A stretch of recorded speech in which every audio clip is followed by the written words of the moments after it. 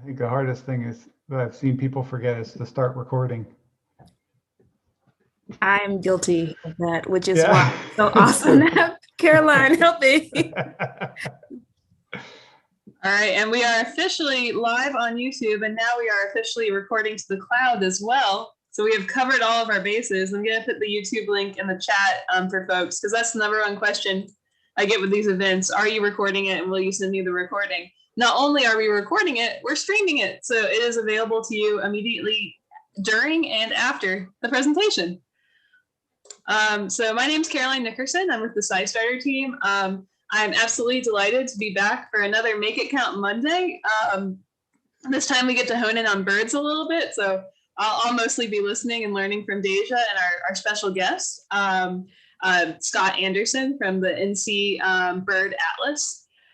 He's presenting the statewide 5-year project to collect bird behaviors and observations throughout North Carolina. And this is our penultimate Make It Count Monday of the semester. Our next one is next week for Spidey Sensor with special guest Chris Hahn. So it'll be a lot of fun. Before we get officially started, I just quickly wanted to show you all our citizen science home base on SciStarter for NC State, the North Carolina community, and the wider Wolfpack group. This is sciStarter.org/NCSU home. Come here to RSVP for future Make It Count Mondays. So like next week, you want to join us again, to access a link to all the recordings, to make your SciStarter account, to access links to the Citizen Science Club at NC State, the NC State libraries, and the main Citizen Science Campus website. We have a tutorial for you that we made in partnership with NC State, as well as a number of featured projects that you can really dive into and enjoy from past Make It Count Mondays and future as well. And if you have suggestions about this page, or you just want to learn more about citizen science, this page is for everybody. You don't have to be a member of the like an official NC State faculty, staff, or student. If you're an alum, if you're just a fan, all are welcome to learn from these resources and get started. With that said, I'm going to go ahead and stop sharing and pass the mic to Deja to introduce our guest and get on with the show. Over to you, Deja. Thanks so much, as always, for an awesome introduction. Hey, y'all. Welcome back to Make It Count Monday. I am so excited because this week we are back talking about my favorite things in the world, which are birds. So I hope that everybody here is ready for us to talk birdie to you, okay? So this week, like Caroline mentioned, we have special guest Scott Anderson from the North Carolina Wildlife Resource Commission. Am I correct? I'm all right. Just want to make sure we got it all right. And so he is the state bird conservation biologist. Am I right again? Yep. All right. And so he is here today to talk with us about the NC Bird Atlas. Now, I hope that after today's presentation, everybody is going to be ready to get out and go look for some birds. But before we start talking about the birds of North Carolina, we, of course, have to do our Inquiring Minds Want to Know section. So in order to learn a little bit more about Scott, we're going to ask some fun icebreakers. So the first question I want to know, and of course all of our inquiring minds in the audience want to know, is Scott, what type of ologist are you? Oh, oh man, I want to come up with a creative one, but I don't know if I can. I don't like calling myself an ornithologist. I don't know. I think I'm just going to go boring and say biologist, because I like all kinds of creatures, including humans. So so I enjoy learning about how humans interact with the world and with the rest of the natural world, and vice versa. And so I think that's what I would call myself, just a regular biologist. I love it. I love it. So our next inquiring minds want to know question is, as a 10-year-old, did you ever imagine that you would be working with this topic or this project? I would say no. I'm not one of those people who was like, I got into birding when I was 8 or 10 or whatever. I kind of came into birding late. I was never really a competitive person, so I wasn't into like, I mean, I played some competitive sports, but I wasn't really into them, so I didn't get into that kind of thing. So but I did like being outdoors, and since sports wasn't a way to be outdoors, I just like being out in the woods. Um, and I guess so I knew when I went to college I wanted to do biology in some way, and then after college I did a whole bunch of sort of volunteer kind of jobs where I ended up in the field a lot, spending a lot of time in the field. And I really got hooked on birds working in Arizona in the Southeastern Research Station in Arizona, which is for bird folks, like that is like a huge, awesome place to go because some birds just barely sneak into North Carolina or into the U.S. in Arizona, and so like there's this amazing diversity of birds in that place, even though it's a desert, and so it's a pretty amazing place to sort of start birding. But so yeah, so I guess I didn't see myself doing this, but I kind of eased my way into it as I got older. You're right. That is a very, I've heard, biodiverse place and one of the top places to go if you're a birder. I haven't had the chance to go there yet, but it's definitely on my list. Now, along those lines, of course, we have to know, what was your spark bird? I don't. I have trouble with that question too. I always have trouble with that question. Um, because I started birding sort of in Arizona, that like one of my, I would say my spark birds. I won't talk about Arizona because there's a whole story of like people go down there especially to see the elegant trogon, right? Like that's the rare bird that people go down there to see, and for people who lived in that area, it was like a dirt bird. Like everybody, you'd see it every day. So, but I will call my spark bird. Sorry, that's my dog. Happy that the rest of my family is home. So I would call my spark bird a northern goshawk because I did a summer working in Utah, and while I was in Utah, that was sort of my job, was finding goshawks, and they were hard to find. But when you found them, they were this really cool, like secretive bird, but they're huge hawks, and so they were pretty awesome. Yeah, yeah, they're beautiful birds, and again, and they're one of those birds that kind of looks boring and gray from far away, but when you see them up close, they've got this beautiful sort of very fine barring on their chest, and they're just really cool birds. And you literally see them like peeking out from behind a tree because they're so secretive. And so my job was to find nests there. I probably found like 2 that summer. So really hard to find. But yeah, that would be my spark bird. They're awesome. That is pretty awesome. I love that white stripe that they have above the eye. That's pretty cool. Yeah. Now They have I a deep red eye too, which is really cool when you see them up close. Like it's really dark red. Wow, I've another bird that I have yet to see, and I'm also, even though you said it wasn't your spark bird, I'm going to show that other bird you mentioned because it's actually pretty cool. And for those of our viewers who haven't been down to that area, this is one of the reasons why a lot of people decide to go down to Arizona. It's a crazy bird. That's a pretty colorful dirt bird, I'll say. Yeah. Yeah, they make this really crazy, like it sounds like a dog bark, but it sounds like they're really far away and they're usually really close. So it's they're kind of hard to find because they're kind of almost ventriloquist. They sort of throw their call. Well, that is something I will definitely have to try to experience in person. So, our next inquiring minds want to know question is, what bird are you hoping to see or hoping to get data on in North Carolina from the Atlas? Oh, that's a good one. Ah, hmm. uh, That's tough. You know, part of the reason we want to do an atlas is because we want them all.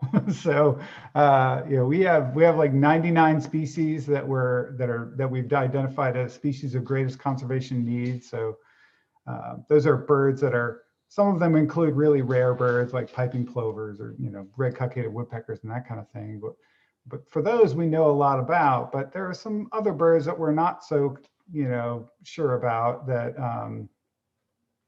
that would be good to have some more data on. Barn owls is a great one. They're not captured very well by other surveys. Loggerhead shrikes are another good one. They're hard to, you know, find in regular people walking around sort of in the forest surveys. So since they're sort of more open field kind of birds, so I guess I'll stick with those as my as my answer. So. No, I think those are two really great answers, and also two birds that I have yet to put on my list in North Carolina. So maybe I will be one of those people who go out intentionally searching for the loggerhead shrike and barn owls. So I think that is a great way to transition into the, you know, project intro and just having you tell us more about the project. What exactly is the atlas? Tell us more. Yeah, I really don't like the name Atlas because I think it's kind of hard to understand what it is. But it's a sort of a standardized technique that different states and even some smaller jurisdictions have used to collect data on a lot of birds in a relatively short period of time in a systematic way. And so yeah, I'll show you in a bit, but it's sort of, you know, why we want to go with an atlas, because we want to spread out people's observations across the state in a more equal way, and not just where people tend to go birding in general.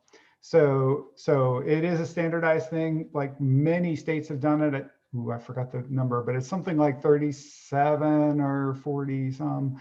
States have already done at least one atlas, and we have not.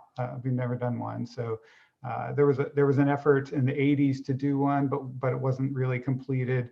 As you can imagine, back in the 80s, it was a lot harder to do a project this huge and have all these people submit data. It was all mailing little index cards, and you know that it's very slow and hard to compile a whole lot of data that way. So. But so yeah, an atlas is basically getting the people who like to go see birds to go help you find these birds and do it in a systematic way across the entire state. And it's a 5-year project. So sort of a very, you know, relative to other citizen science projects like the Breeding Bird Survey or the Christmas Bird Count, and like. That this is kind of a sprint as opposed to those sort of marathon efforts. So. Yeah, that was a great way to describe that.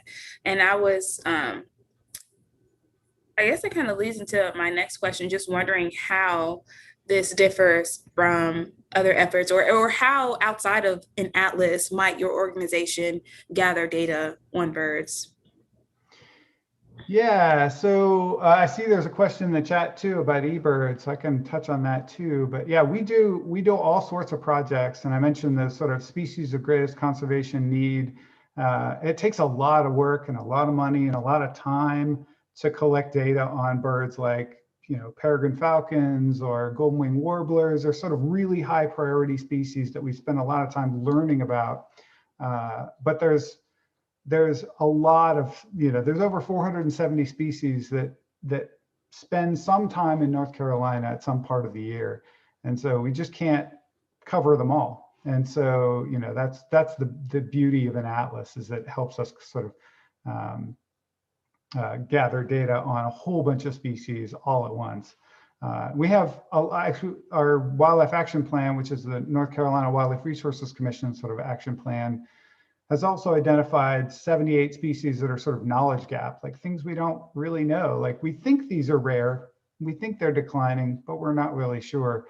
And so that's another reason we want to, do it all in one fell swoop, to sort of get this Atlas effort to help us collect that data. Yeah, Ebird, that's a great question. We are using Ebird as a platform, and I'll talk about that in a little bit, to collect our data. The problem with Ebird, and I'll even show you a map later, is that Ebird data is a crazy amalgam of where the birds are and where the birders are. So it's like, it's like you're not really sure if it actually represents where all the birds are or not. So that's the Atlas framework, is sort of this more strategic, more structured way of getting people out there to survey all across the state, all kinds of habitats, from urban to suburban to fields and farms and forests and whatever. So. And I think I wandered around into that question enough, didn't I? No, I think you did an excellent job of answering that. I was going to say I can vouch for everything that Scott just said, because I did my master's research on that topic. So we definitely saw that there were some gaps in eBird data sets based on where birders choose to go birding. So that's why we need everybody to participate in the Atlas to help do a systematic, a more systematic method, and make sure we cover all of the different habitats, whether urban or rural, across the state. And so, speaking of needing people to participate, tell us about who your community of users are. Who can participate in this project? Anybody can participate in this project. And that's one of the things that I really loved about this Atlas effort is, yes, we need those avid birders who are super skilled at identifying all the species in North Carolina. Those people are great to have. They're very motivated. They want to go to remote places. They want to go to hard to find places. And that's important data to capture. But I think it's also important to, have even the casual, person with bird interest and feel, and their data is valuable too.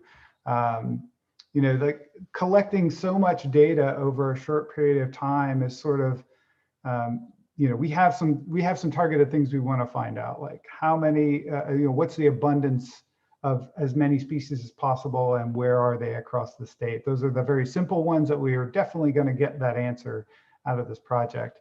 But we're going to collect so much data that I'm expecting there to be questions to be answered along the way. In the future, that somebody could look back on this data set and use. One of the things I might expect is, even common species like titmouse and cardinals and towhees and, things you might find in your suburban backyards, we're recording breeding behaviors. So that data can be used in the future to sort of gauge, has breeding timing shifted with climate change? Those kinds of questions can also be answered. So anybody can participate, any skill level. It's a different kind of birding. In fact, a lot of states call it like atlasers instead of birding, because you're sort of in the breeding season, you're spending more time observing bird behavior and to confirm whether or not they're actually breeding during, in the state or in that area, that block where you're in. And so it sort of invites a different kind of experience. You're not just ticking species off a list. You're there and you're trying to sort of learning about the bird and their behavior and where they want to go. And fortunately, birding is such a popular sport that there's tons of resources out there to help you identify birds, so you record the right species and even identify whatever behavior you're seeing. So yeah, my short answer is yes, anywhere, anybody, anytime. So. I really love the way that you frame that, because I would say for me as a birder, one of the things, I guess as a non-traditional birder, one of the things that I really love about birding is just observing their behavior and seeing, just taking a second to sit down and watch, like, oh, is this bird collecting nesting material? Oh, are these birds like mobbing and trying to defend off, other birds away from its nest? Am I too close? Is this bird mating? Like, just different things. And it's really cool to just sit down and watch, to just observe and see what the birds do and how they're using the habitat. So I love that there is that, underlying goal. Well, we've talked about what it is and who can participate. How about we move into showing us how we can participate? How exactly do we participate in the atlas? Yeah, absolutely. So yeah, I've got a couple slides, and then I'm gonna try my hand at sharing a phone screen too. So we'll see how this goes. Let's try this. Do that. All right. Oh, and so am I sharing my screen? Is that working? Yeah, looks good. Okay, good. First, I wanted to say a couple things. I am sort of the face here today of the Atlas, but there's a lot of people who are working on this project. We have there's two other folks, especially at the commission, John Carpenter, who's a coastal land bird biologist, and Chris Smith, who's actually our coordinator for the Atlas. And so there's a lot of work going on in the background. And not only those folks, but also some of our other partners like Audubon, North Carolina. We've got some folks from the Fish and Wildlife Service and UNCW and Catawba College and the Natural Heritage Program and the North Carolina Cooperative Fish and Wildlife Research Unit. They're all very valuable partners. They're helping us figure out all the different parts of this, like how do we reach out to people and what are the scientific questions we want to be asking and what's all the stuff we want to, the protocols we want to use to answer those questions. So I also was thinking earlier about this, and Deja, you mentioned, you're doing the triangle bird count. You have more experience doing this kind of stuff than we do. So yeah. Anytime you have experience that you want to interject and, oh, you should be doing it this way, you should let me know. So I talked about diverse birds, and that's mostly because, North Carolina has an amazing diversity of habitats, right? From shores to the mountains and the coast. I'm going to skip ahead. We talked about some of this already, but, 470 bird species at some point during the year. Part of I know I'm not quite getting there on how we do it yet, but I did want to throw in here like why a little bit. And part of it was because of the declines that we've seen in some birds over time. And we have some data on like those citizen science efforts I mentioned before. There was a paper out in 2019 that showed a really loss of 3 billion birds from the landscape in the last 50 years. Some of those species were not well known to be declining. And so,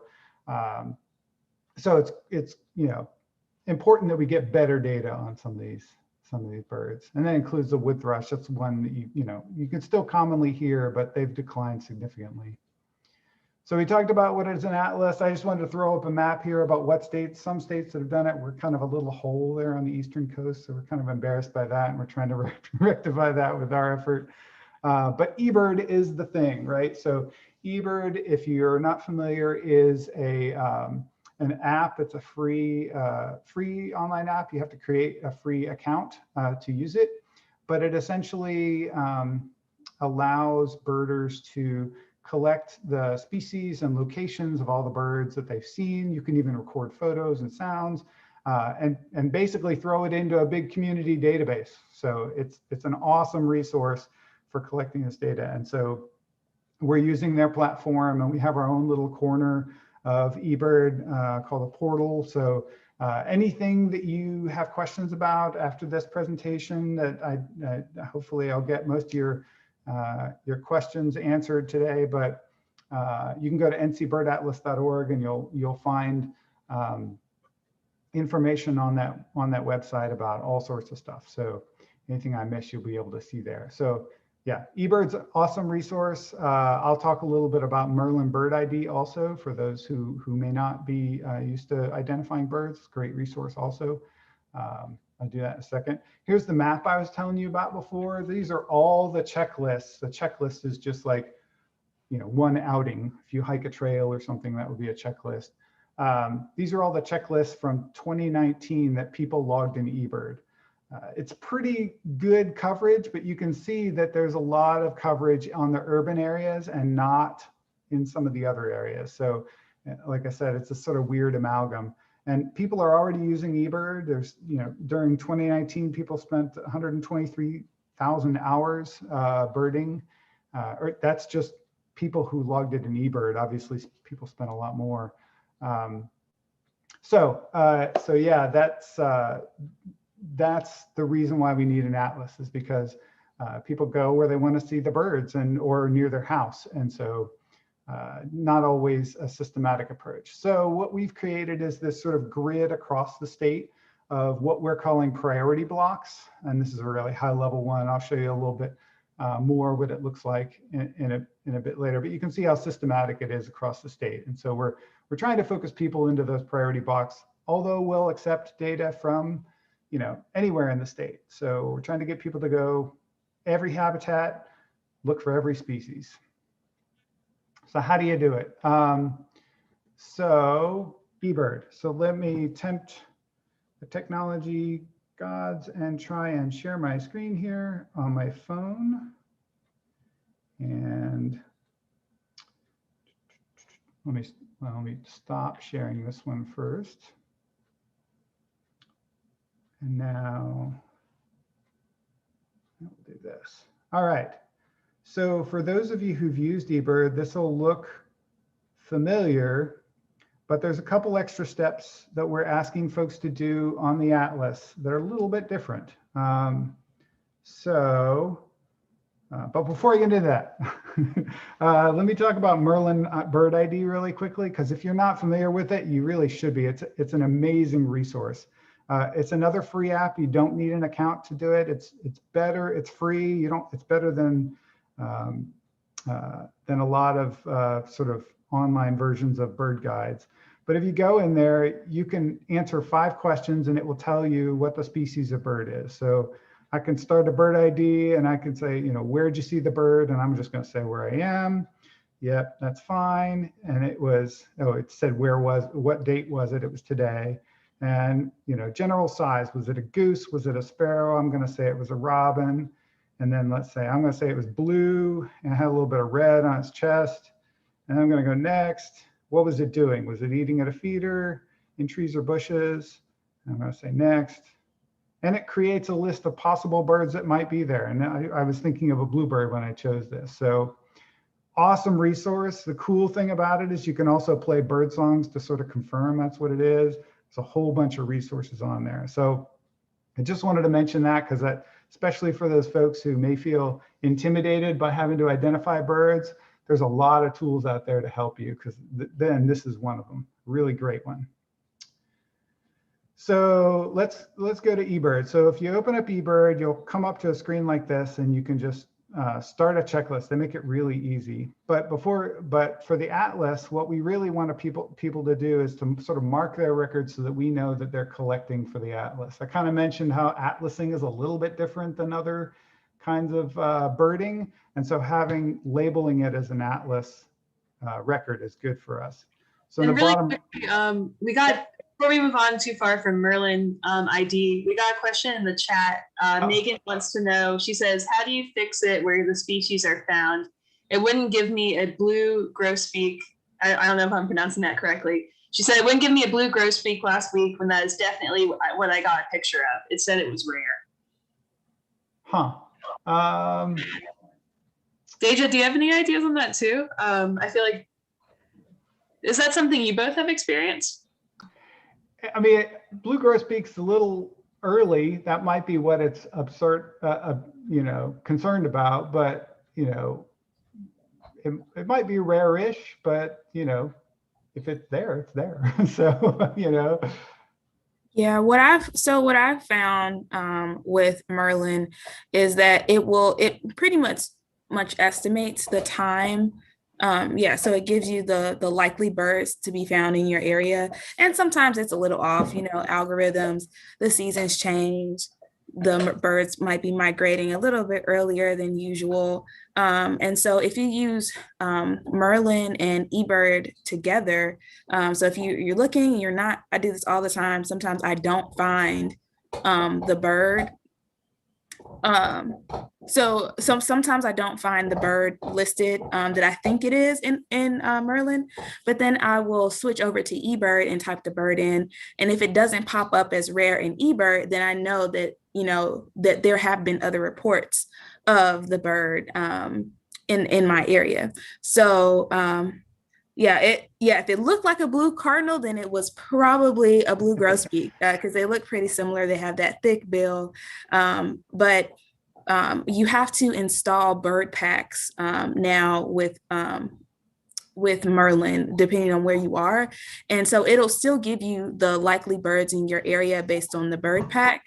But sometimes it's just a little bit off, and sometimes birds migrate a little bit earlier. So one thing you can do to kind of, remedy that is just hop on over to eBird, type in the name. If it pops up, if it's still popping up as rare or sometimes it might pop up as uncommon, you can submit it, and then maybe your local eBird reviewer will be like, hey, you have any evidence that you found this bird? Let me tell you, because they are quick to check and fact check you about what birds you're seeing. Definitely use Merlin as a guide. Thanks, John. It's good to see you in the audience. He says, if you're convinced that what you see is not what it's telling you, take notes about what visual characteristics you see, try to get a picture, and provide details to justify your decision. Yes, all of that. Great. And I guess now we can move on to eBird. Yeah, great. So if you want to collect data for the atlas, you can sort of set your eBird app to do that, and it will just do it for the rest of until you turn it off. So keep that in mind. But in the bottom right, it says more, and you can tap on more. I'll say these instructions are on our NC Bird Atlas website. So if you miss on where I was tapping, don't worry about it. And then go to settings and account, and at the bottom it has a portal there. It says, mine's already set to North Carolina Bird Atlas, but yours will probably say eBird, which is the standard one. And you'll see that there are tons of portals out there, and I can choose North Carolina Bird Atlas. If you really want to confuse people, put New Zealand, but they're doing a bird atlas now too, actually, right now. So New Zealand and New York and Virginia, or Maryland and DC are doing one right now too. So that just sort of puts a flag on your record that says they're recording data for the bird atlas. And so you use eBird just like you normally do, and there's tons of resources on ebird.org for best practices. There's a great eBird Atlas Essentials, like 15-minute video, which is awesome. It tells you, it removes all the scary stuff about like, do I put numbers of birds and what if I get it wrong? It's like, essentially, if you know what it is, if you're positive that's what you're identifying, then record it. If you're in doubt, don't. They'd rather you do that. And guess the number of birds that you're seeing, regardless of how off you think you might be. So, okay, so I'm going to start my checklist just to show, and this is what eBird looks like. And I can start typing, can put my cursor up there, and I can say I saw one eastern bluebird. There's my eastern bluebird. So I have a bluebird nest in my front yard. So this is the example I usually use. So I'm going to tap on that one. And that's normally what happens when you're identifying a bird. Like, oh, I saw one eastern bluebird or one blue grosbeak or whatever. We'll see blue grosbeak in a second. So if I tap on eastern bluebird, I get more details. Again, if I'm unsure, I can go to Merlin Bird ID from right here with the button there. But down here, what we're interested in with the atlas during the breeding season, I may not have mentioned this before, but as an atlas, a lot of times it's a breeding bird atlas. We're doing the whole thing. We're doing all year round. So you can collect data any time of the year. Anytime you see a behavior, record it, and we'll take care of it. So, so down here we can choose the breeding code. So if we click on that, you get a bunch of them. It looks kind of intimidating, but they're pretty self-explanatory. And again, we've got a lot of even quizzes on our website if you want to really test yourself. But I have a nest box out front, and so I saw a bird carrying or feeding, or let's say I'll say carrying food because I didn't actually see them feed the bird, so I'll say that it was carrying food into the nest. And so now I've recorded my my behavior for that species, and I'm done. And so, you know, I keep birding. And then one of the important things that we're asking people to do is you know, identify all the birds you can identify and record them on here. And then at the end, you can say it's a complete checklist. Like, yes, I've identified all the birds I can. If a bird flew by and you couldn't tell what it was, you can still do a complete checklist. It's still, you know, it's all the things you could identify. One other feature I'll mention for the future is, I haven't talked about blocks yet, but we're hoping people will go into these blocks and I'll tell you a little bit more about how to find out that information. But at some point, you'll be able to tap on where it says 0.04 miles for mine. Somehow standing here, I've walked 0.04 of a mile.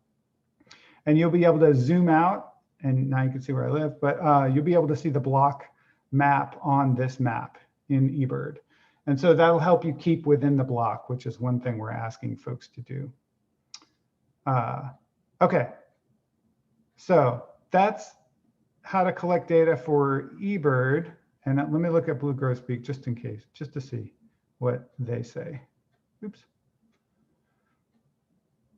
And if you know the 4-letter codes, if you're, you know, you can also type those in. See, Blue Grosbeak is not rare for here right now. So I guess Merlin's a little wonky compared to Ebird. Anyway, so when you're done with that, you stop your thing, you say stop track, and then you can enter in all your information here. We're asking folks when they choose a location, if you're familiar with Ebird, there are hotspots. Like if I go to Lake Johnson County Park right down the street here, it'll ask you to sort of, oh, you could choose Lake Johnson. We're asking people not to do that and just to sort of record their actual location. That helps us attach the observations you've made to a point on the ground. And so that in the future, we're hoping to do some really good statistics about associations of those birds with the habitats that you were in when you saw them. So you can say choose location, and you can just say map and just choose the actual use this location, and it will record your latitude and longitude where you were. It's a complete checklist, so I'm going to say yes, and then I can submit my checklist there, which I'm not going to do because it was kind of I didn't really see a blue grosbeak. It's going to make that go away. So that was quick and dirty. A lot of that sort of Ebird use, but the special thing is sort of we're asking for, and I'll talk a little bit about the other things we're asking folks to do, but also that that you can record behaviors in there. And so I wanted to talk a little bit, do a couple more things with the website, if we're still on track here. Yeah, that's a good pivot for one of the questions we got in the Q&A. Okay. And you could probably address this as you're going through the website, but Megan asked, the sign-up page seems to be more for a coordinator role and not just participants. I'm worried I'm not qualified to coordinate. Should I still sign up? Okay, well, that's a great question. So, oops, did I start? Okay, so I should be started sharing now. So I'm not sure. So we have a couple sign up options. So hopefully I'll get around through that as I'm talking about our website. This is our own little corner of Ebird. It looks a lot like Ebird, but you'll see up in the upper left-hand corner, it says North Carolina Bird Atlas. And the most important thing is this Atlas Essentials link down here, because if you go there, this is sort of the quick and dirty, here's what you need to do to participate. And it has those instructions I was talking about here, how to sign up for the portal, where to go, and I'll talk about that in a second, and then how to Atlas, some different suggestions for how to Atlas, things that we're asking folks to do. And then breeding codes down here at the bottom, you can see a list of all of our breeding codes, and it has resources for that. So let me show you the block map, because I talked a little bit about this, but we haven't really looked at it yet. And this is what our block map looks like. And remember what we're trying to do, we've chosen 937 blocks across the state that we want people to focus on. We'll accept data from anywhere, but we just want people to focus on them. And so this is one of the options for you to sign up. You can see this map, it just shows you these blocks on the ground. And I'm gonna zoom in a little bit here. But this map is fully interactive. You can change the base map behind it. How big is a block? A block it's big. It's 10 square miles, so it's huge. But you can see how it cuts across the landscape. There's some forested areas like down here, but there's also one that's like right in the middle of Raleigh here. So they're all over the place. If you click on a block, you can see the name of the block, and you can see that I've adopted this one because it's right near here. So if you click on one that hasn't been adopted, like a blue one, you'll see a click to sign up here. And this may be what you were talking about. So we're asking people to adopt blocks if they want to sort of be the primary atlaser for that block. And that means we'll have regional coordinators. And so they'll be in touch with these folks. And it's essentially, can you get the block sort of over the finish line in terms of we want to make sure that it's been covered completely. And I'll talk a little bit about that, what our sort of guidelines for that are. So you don't have to be a particularly, experienced birder, maybe, but we're going to sort of ask the primary atlasers to sort of take the lead in making sure that particular block is covered adequately. So you'll also see some other resources on here, like topo maps, where, if I click on that link, it's a PDF of a map that, it opened up in another app for me. But if you click on these links, you'll see like a picture of a topo map or a street map or a satellite map that you can actually put on your phone. And if you use the app Avenza Maps, it'll actually show you where your location is within the block on your phone. So you want to make sure that so that's kind of the block stuff that we want to encourage folks to collect data within these blocks. So let me jump back to our website here, where this question of when is a block completed. And so we have 5 years, it's a 5-year study. So you have 5 years to complete a block. And our guidelines, these aren't hard and fast guidelines, they vary by block, but we want to have at least 20 hours of surveying in a block. We want to have at least 2 visits at night. And we want to make sure that of all the birds that were detected in that block, that 50% of them were confirmed as breeders. Or yeah, 50% of the birds detected were confirmed as breeders. And we want to make sure that all accessible habitats were surveyed. So we want to make sure we're getting a representative sample of that block. So that's for the breeding season. For the wintering season, it's very similar, just fewer hours. We only need 10 hours per block, 2 nocturnal visits, and all accessible habitats. But obviously, we're not as concerned about breeding behaviors.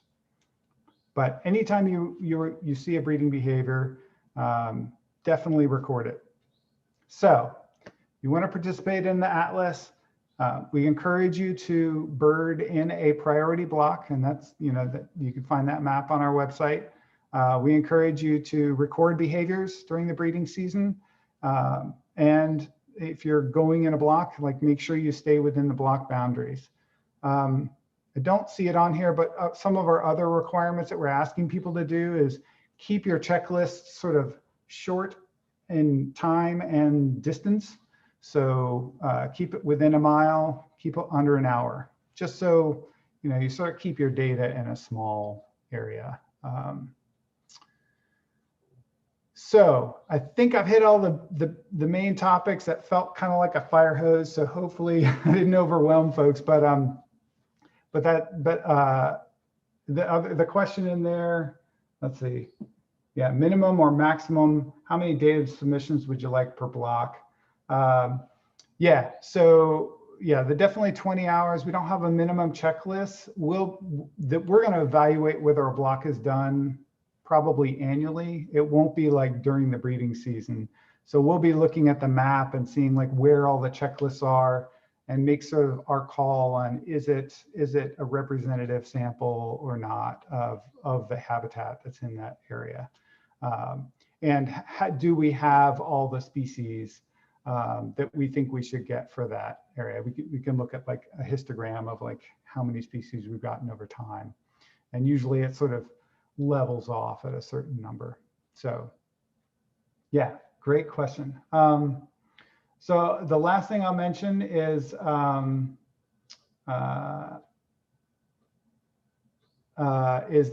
the other option to sign up is we do have regional coordinators and regional coordinator teams. And we're for these regional coordinators, we're asking folks, and you can see that on our Atlas team page. We've got a bunch of people, but you can see these are our regions across the state. And these are kind of the folks that are between us and the folks on the ground, just to help us maintain really good communication with the folks, especially the people who are primary atlasers for that region. But they're sort of your contacts for questions about that region, and they're experts in the region. And we're trying to build teams of people and not just single individuals, because we want to reach a bunch of people. And so we're trying to get a sort of diverse skill set in each region going. So if that's the other part that somebody was talking about signing up, yeah, coordinators don't necessarily have to be birders, or avid birders or whatever, or very skilled birders. Just a passion for the project and wanting to help sort of spread the word and encourage people and give them the resources they need to go work on the atlas and make sure our data comes out well. So yeah, you can find on here the list of current regional coordinators, and there is a link here to complete a form if you would like to join one of these regional coordination teams. Awesome. Yeah, I guess I'll stop there and see if there's any other questions. I know there's other pieces that we can talk about too, so. Yeah, I see a question in the Q&A, and then I know Deja has questions too. This question is from Megan. Can we use this in conjunction with iNaturalist? I take a lot of bird pics for bioblitzes, and should these observations be separate, or can I put them both in both places? Well, that's a good question. I guess you could put them in both. I'm not sure, it's hard to know down the line whether somebody's going to look at both of those data sources for data and then get some double counting. I'm not really sure, but as far as I know, iNaturalist is not used a whole lot for birds, especially because it relies on taking pictures of birds. And so for the species that don't stay still very long or really high in the tree, then you'll see a lot fewer warbler records in the iNaturalist than like wading birds or something like that are easier to take pictures of. I guess I would say you could do both. Selfishly, I'll say definitely do eBird though. I'm glad to hear that people can participate in teams, because that was actually one of my questions. I was wondering if I could just rally up a group of people and we just go survey, an area in one of the blocks. So that's really great to know. I guess one of my questions that I had when you were showing us how to record our data in eBird. So what happens when you have, let's say I see 5 eastern bluebirds and only one was carrying nesting material, and then maybe there was another that was doing some other breeding behavior. How exactly does one record that information? Yeah, great question. That is, we're just looking for the maximum, like the most confirmed behavior of breeding. So if you see 5, and yeah, in that case, do we just record, I put 5 bluebirds and one was carrying food, and that counts as the confirmed category of that bird was, or that species was confirmed as breeding for that block. So. Awesome. I can't believe we only have 10 more minutes left in the show tonight. We've had so many great questions and gotten so much great information. I guess it would be really good to kind of transition a little bit into the science behind it. I mean, I know we've talked a lot about the why we do this project, and that it doesn't it's a way for us to make sure that we gather, the most collective data set on what our bird population is looking like. But what type of projects might this data assist with in the future? Yeah, great. Yeah, certainly. A couple, good ones.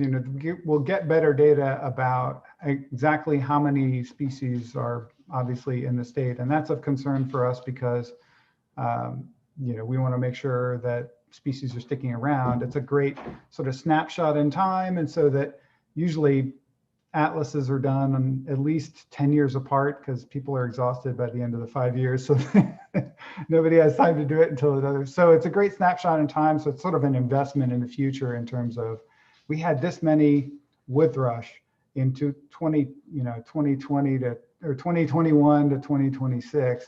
And then, a decade from now, how many do we have? So that's one easy one. We do assessments as the Wildlife Resources Commission for whether we should list species in the state, and that requires accurate data for for distribution and abundance also, and so that helps in our evaluation. In fact, you can list the species if it's data deficient. So if they're so that would help us keep some species off of those lists and help us reprioritize conservation dollars, because we know, we have better data on the species now. We know we don't have to worry about it.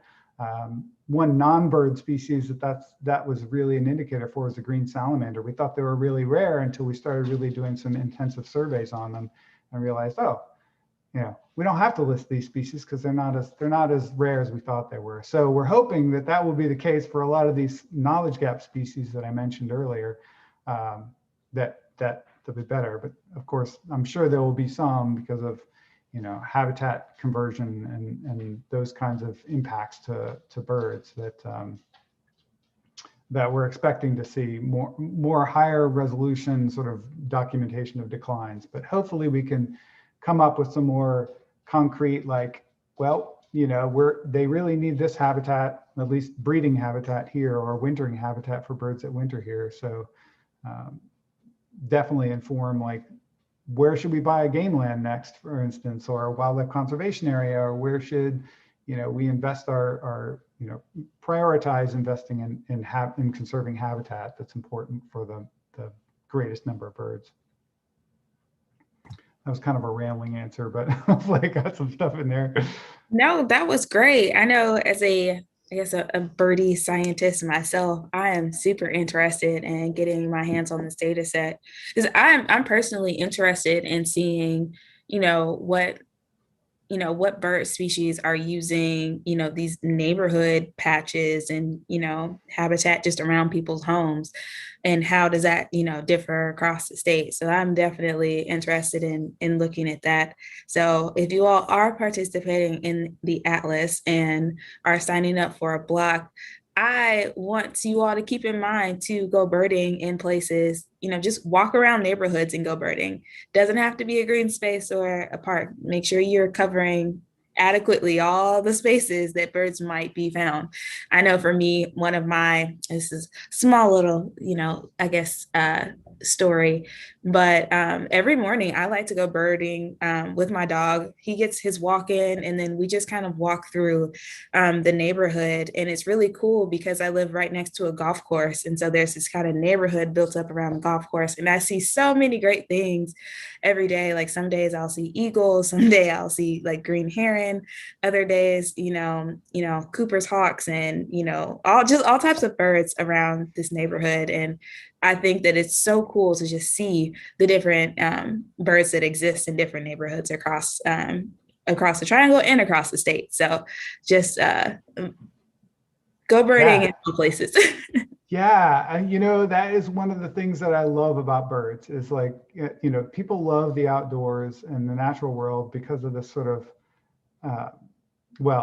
that's a generalization, but I think a lot of people are really energized by the natural world because of the sort of sense of wonder that you can get from it. Like, you can find the unexpected anywhere, and I think birds are a really great place to see that. Like I said, I I found nests of birds in my backyard, in a bush. If you're walking in a park, you could find one. I found a nest in a Target parking lot once, in a tree in a Target parking lot. You can find them anywhere. And one of the examples I like is it's just sort of like that, wow, I wasn't expecting to find it here. And I think, like you were saying, a Cooper's hawk or something cool flying by. And, I remember being on vacation at the beach, and I was just walking a regular old beach in North Carolina. There's, houses there and everything. And I look over and there's a piping plover sitting right there. And there's like 3,000 of these on the East Coast. And it's like, I'm looking at one of them, and there's 8,000 in the world. And I've seen one of them right there. And if I hadn't, I could have very easily have just missed that bird. And so I think that's the cool wow factor about birding. And so that's always been my message, is like, yeah, it's great for you to sort of ID birds and collect a number of species, but it's really that, that you need to experience it how you want to experience it, and really enjoy the natural world, and hopefully more people who enjoy the natural world and find that wow or that wonder, they can support conservation more. So I guess that I love what you said, Deja, because I'm right there with you. So. Yes, that was such an awesome story. I have to ask, is that the most like unexpected bird you found when you like weren't birding? So I know for me, I would say the craziest bird sighting I've seen in the most unexpected place was I went to Walmart one time and I saw a barred owl. Yes, it was sitting on the light post, and I almost crashed my car because I turned the corner and I was like, oh my God, it's a barred owl. And I was like, please don't fly away. I just want to sit and look at you. Yeah. But I'm curious, what is the most unexpected or the craziest bird sighting you've seen in the most unexpected place? That piping plover is a pretty good one. That one just amazed me because there are so few piping plovers. But I will say there's another one, like my dad likes to build things, and he built us this owl box to put in our backyard. We live, we have woods in our back. We have 1/3 of an acre here in sort of suburban. We're inside the belt line, but there's still woods here. So we put it up because we wanted an owl in our backyard. That would be really awesome, And he even paid to have like a camera in there with a microphone that we could hook up to a computer, which was awesome until the squirrels chewed on the cable. But before they chewed on the cable and ruined it, we were showing it to my parents, and we hear this weird call, and I'm like, what is that call? And so we stick our head out the window, and there's a wood duck that's making calls, standing on top of the box and making calls, and like poking its head inside and like, checking it out. It's a female wood duck, like checking out this bar. We were like, ooh, that would be so awesome to have wood ducks in our backyard. It didn't happen, but we had a female there, and then the male was in another tree, like, suburban Raleigh, and we had a wood duck back there. It was awesome. I had this whole scenario in my head, like, well, when the chicks jump out, they're going to be inside the fence. Got to make sure the dog's not out. How are we going to get into the creek? So that was fun. Wow, that was awesome. I would love to have wood ducks in my backyard. I mean, who wouldn't? Those are some beautiful ducks. Well, I will say that's a great way to wrap up this episode. Thank you so much, Scott, for coming on and just telling us about you all's efforts with the Atlas. And, hopefully we got some of our viewers to want to participate. And I think those stories are a great way to wrap it up, right? You can find birds almost anywhere. So sign up for the Atlas and, log what birds you're seeing in your neighborhood. Go pick out a block and dedicate yourself to making your observations count towards the NC Atlas. Caroline, do you have any last words for our audience tonight? Just that it was really inspiring to hear about the wonder you both have for birds. It makes my heart happy. And some exciting in the chat, Megan says she just signed up for the Atlas. So very, very cool. Yay. Go Megan. Next week we have Chris Hahn from Spidey Sensor. So we're going into air quality next week. And you can find the RSVP for that at scistarter.org/NCSU-home. So thank you so much, Deja and Scott, and I hope you have a wonderful evening.